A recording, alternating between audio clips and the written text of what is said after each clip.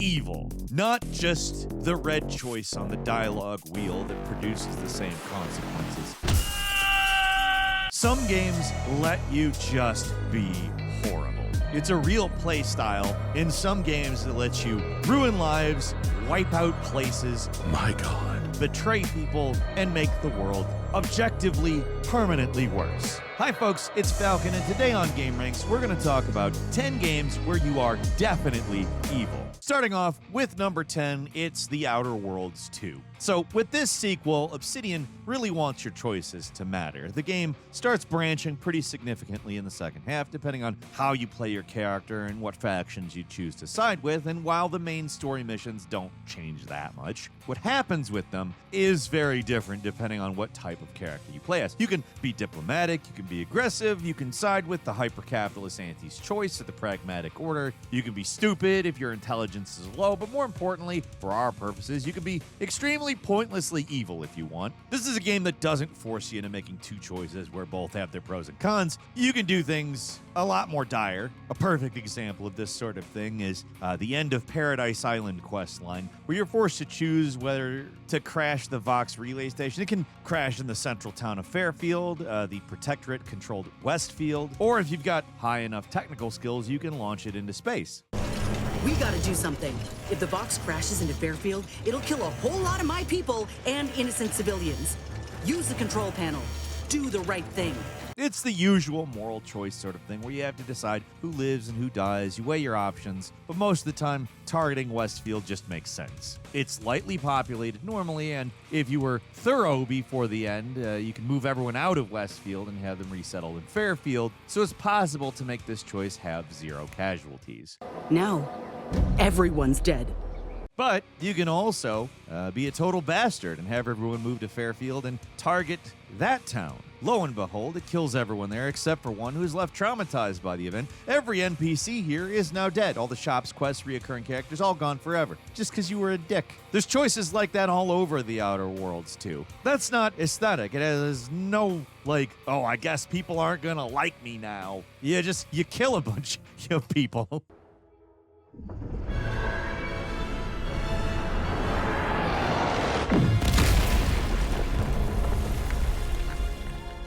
It's also fairly entertaining to be evil in the game. They're not just throwaway options. You really can lean into it. Something we'd appreciate you leaning on, really just clicking, is the subscribe button. Believe it or not, most people watching right now have not done so, and it helps us significantly if you do click it, or tap it, or whatever. Hit it, smack it, bop it, twist it, I don't care. We appreciate it no matter what. It's doing us a huge solid, and we hope it helps you find some stuff you want to see. So without any further ado, thanks a lot for clicking subscribe. Let's get back to the video.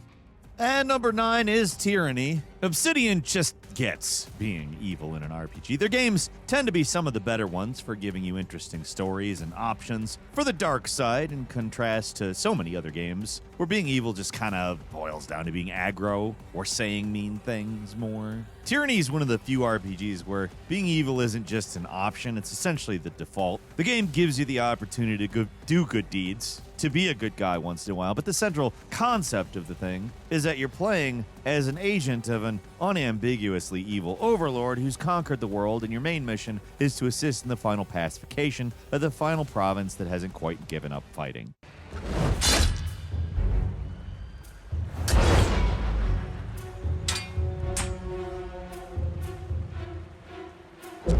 You are the evil empire, and the people you're working against are the rebels. How you go about dealing with putting down the insurgency, it's up to you. There are various factions within the evil empire you can ally yourself with, who are pretty nasty in their own right. You can end up having entire villages impaled on spikes. You can betray your allies for your own personal gain. It's all very open-ended, and the entire Evil One premise of the story really lets you lean into your role as an evil son of a gun.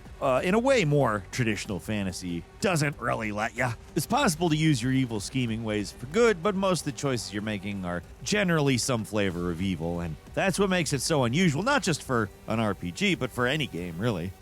And number 8 is Dishonored. While this game is less about doing straight up evil stuff and more about whether you're embracing revenge or not, but what makes it so effective is how responsive the game world is to your choices. The plot of the game is that your character Corvo, the royal protector, is blamed for killing the Empress by the very conspirators who killed her and took over. So right away, you already have a perfectly fine justification for killing everyone who gets in your way. They're all traitors who tried to have you killed for a crime you did not commit. That actually they committed, tempting to embrace killing. Not just because it makes sense for the plot, either. It's also just a lot of fun. Yes, being stealthy is pretty damn entertaining and the quote-unquote right way to play the game. I actually prefer it the majority of the time, but sometimes you really just gotta embrace the chaos. Literally the chaos. Like, it's a chaos playthrough when you're doing the evil stuff. The game explicitly calls it that.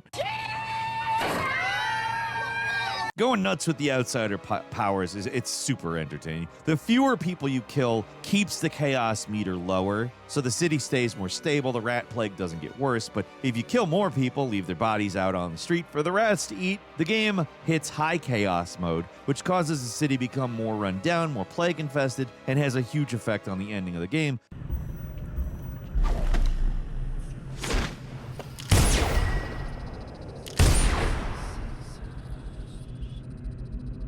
And depending on your perspective, it's kind of a better way to wrap up the game that's more thematically appropriate. In the high chaos ending, the final remaining conspirators turn on each other and they all end up dying. Various deaths. The city falls into total ruin. The game generally feels pretty apocalyptic anyway, so it feels appropriate. It's not like it feels out of place. For a lot of people, the evil route is the preferred route, both narratively and gameplay-wise. It's not necessarily mine personally, but I really got to get in one of those style playthroughs for every, probably 2 or 3 I do the other way. I play Dishonored way more than I should at this point in 2026, might I add. It's still more than once a year.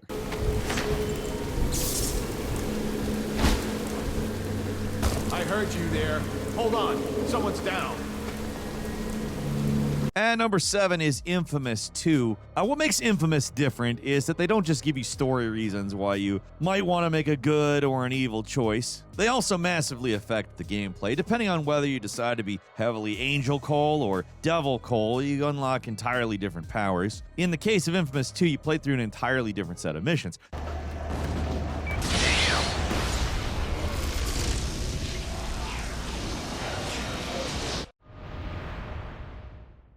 The entire story is just different. But it's not just that. Whenever the game gives you a good or evil choice on how to do things, it generally means the actual mission is going to be different. It leads up to an ending that can change drastically depending on your choices, and in the case of Infamous 2, it leads to a particularly devastating moment where if you're evil, you're forced to confront your friend Zeke and kill him.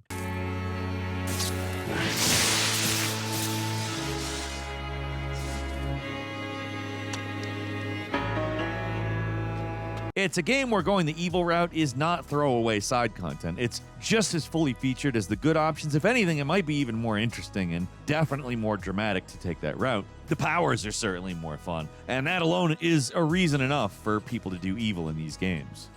And number 6 is Baldur's Gate 3, The Dark Urge path. Larian gave you plenty of opportunities to just be a huge jerk-off playing the game normally, but there's one round in the game that just lets you be the evilest bastard possible. It's the Dark Urge Origin one. For a lot of people, it's a definitive playstyle for the game, but it might be best experienced as a second playthrough, or depending on how many times you play it, just not the first. Simply because playing as this character forces you to make choices you may not want to make or be ready for. Like a lot of NPCs, major ones can be killed, storylines get cut short, it leads to confusing and disjointed stuff. You miss out on a lot of the actual story, so I'd say save the Dark Urge for later. However you decide to do it, though, it is worth checking out. The premise is you play as a ball spawn, the son of the Lord of Murder, with an insatiable urge to kill. My rancid blood whispers to me, kill, kill, and kill again. You're essentially a serial killer with a voice in your head constantly telling you to kill, and eventually you have to. The game either lets you fight against the urge or embrace it, and either option is it's a valid playthrough. The amount of evil stuff you can do if you embrace your darkest impulses is completely nuts, though. If you choose every possible evil option, you're going to quickly run out of allies, not because they turn on you either, but because you kill them. It's also a personal and sometimes unpleasant sort of evil, and that's what makes it so effective. And while you're not always seeing the direct consequences of your actions play out in the story, by Act 3, the Dark Urge playthrough becomes one of the most interesting and entertaining ways to play the game.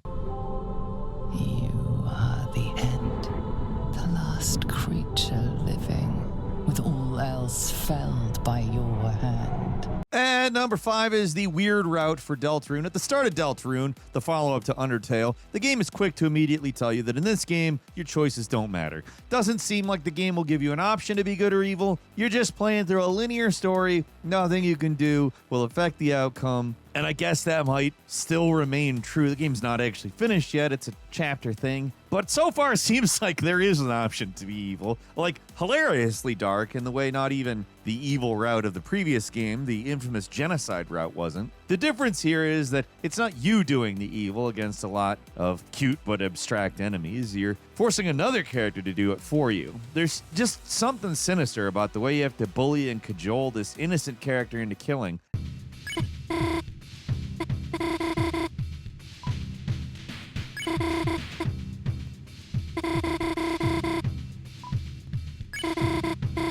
And that makes the weird route just not a standard evil route. It's legit kind of disturbing. It's not one of those evil options you fall into by accident. You have to go out of your way and do a lot of unintuitive things to get the ball rolling on it. But once you do, it's way darker than the rest of the game. It's normally a pretty lighthearted, cartoony adventure, but oof. I mean, yeah, it's got dark moments. It's not like it doesn't. But they're pretty average, like in terms of drama. Going down the weird route just feels messed up a lot of the time. It doesn't allow you to kill some creatures you didn't think you could before, and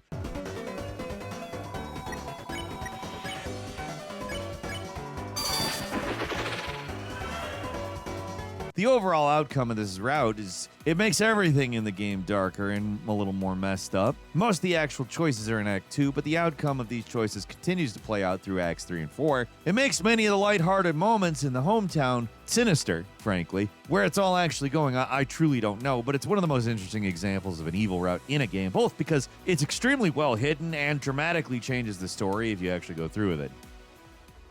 And number 4 is Detroit Become Human. You're not always allowed to be evil. Out of the 3 playable characters, only one really lets you go full evil, but the game's branching story makes it so that one evil character has a big impact. With Kara, you're mostly just deciding to make stupid choices or not. With Marcus, you guide the robot revolution into going into more pacifist or more violent direction, which I guess could be seen as evil depending on choices, but it's more ambiguous. With Connor, though, he's the one that can change the most depending on your choices, and you can make him do some really dark things depending on the decisions you decide to take in the story. But with Connor, you're basically deciding if he goes deviant or not, with deviant essentially meaning choices that involve whether or not some pretty messed up stuff can go down.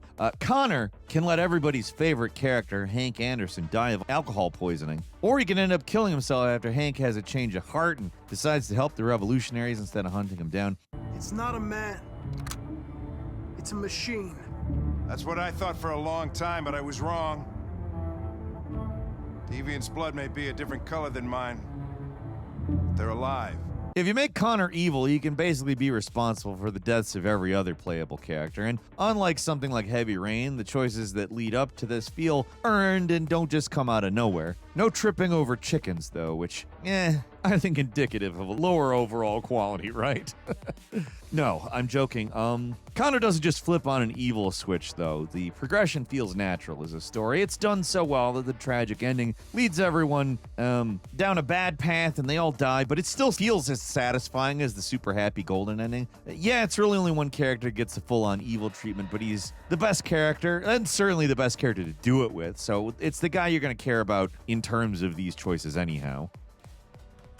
And number 3 is Warhammer 40k, Rogue Trader. In most RPGs, you're rolling with a ragtag band of adventurers, and while the game may not let you make morally ambiguous or sometimes even straight up evil choices, the default behavior is good guy. He's a good guy. Look at him. What a good guy. The baseline, the starting position, is hero. Rogue Trader, however, not that. Instead of being some nobody adventurer, you're one of the wealthiest people in the galaxy with a massive spaceship manned by thousands of people who have been toiling on this one dynasty ship for literally centuries. You're one of the richest and most powerful people in the Warhammer 40k setting, and if you know anything about this game, you know that the setting and therefore how people might be up there in the echelons is not very nice. Being evil here is the default rather than the option. Almost all the dialogue choices allow you to be imperious, greedy, self-serving, dogmatic, straight up evil, and you only rarely get the choice to be kind of decent once in a while. In this game, the good options take the place of what would normally be the evil ones. They often lead the characters around to acting in shock,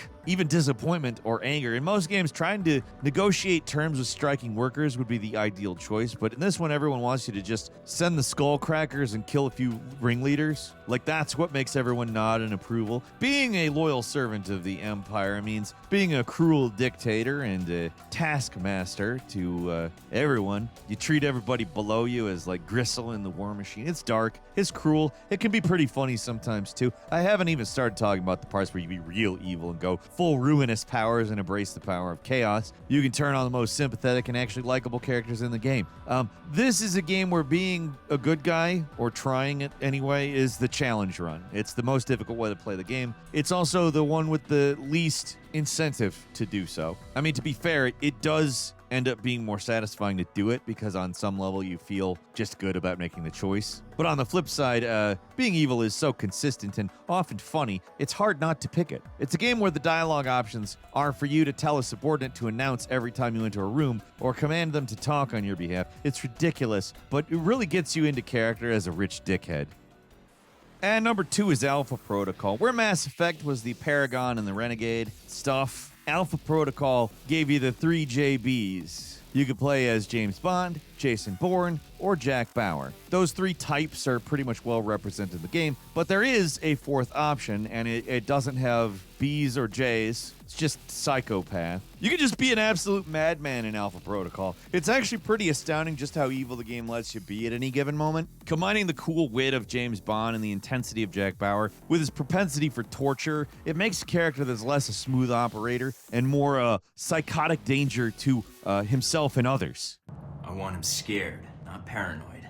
And a little extra cash might prove useful later on. Fair enough. Search the room, see what you can find. Being evil in Alpha Protocol is a trip. Leads to some of the most interesting playthroughs of the game. You're killing hostages, intentionally allowing terrorist attacks to happen, executing anybody who stands in your way, betraying allies left and right. No logical way. Just the game lets you. Changes the ultimate direction of the story, too. Alpha Protocol, it's flawed as a game, but the branching narrative is one of the best in the business. Being evil isn't usually associated with the game, but the option's there, and it's super impressive how bad you can be and how much it changes in response. And finally is number 1, Pathfinder Wrath of the Righteous. You'd think a game with righteous in the title is, about fighting a war against unambiguously evil demons. You'd think that would be pretty light on the evil options, but quite the opposite. The game inexplicably has a ton of unique, individual, and specific evil story routes to go down. I cannot think of another game that gives you this many opportunities to be bad, and in so many different permutations. There are 10 mythic paths in this game, which are special classes that dictate some kind of legendary figure you'll eventually become. Out of these 10, 4 of them are straight up evil, and 3 are a little more neutral, but allow you to do some pretty evil stuff. The Lich, the Demon, the Devil Path, they're all obviously evil, but more about lawful evil than outright destruction. You're acting for selfish reasons, using infernal powers, but you're not just outright ruining everything. The most secret mythic path is the Swarm That Walks, which allows you to become a one-man eldritch abomination that kills or possesses all of your party members and transforms the city and everyone into a mindless extension of your own free will.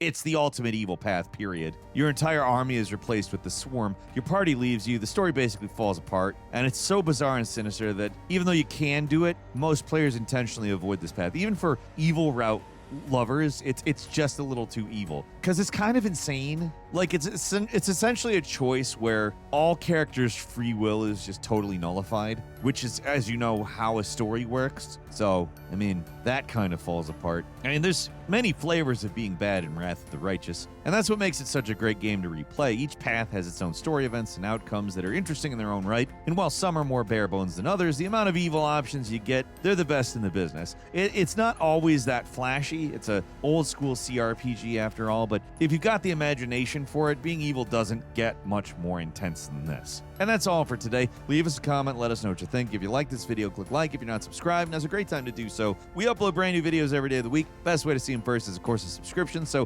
click subscribe. Don't forget to enable notifications. And as always, we thank you very much for watching this video. I'm Falcon. Join the 1% Club by clicking the join button down by the subscribe button. It's how you listen to the exclusive weekly Falcon Show podcast, which we've been having an absolute blast. The newest episode on video game movies is probably my favorite one we've done yet. Thanks a lot, and we'll see you next time right here on GameRanx.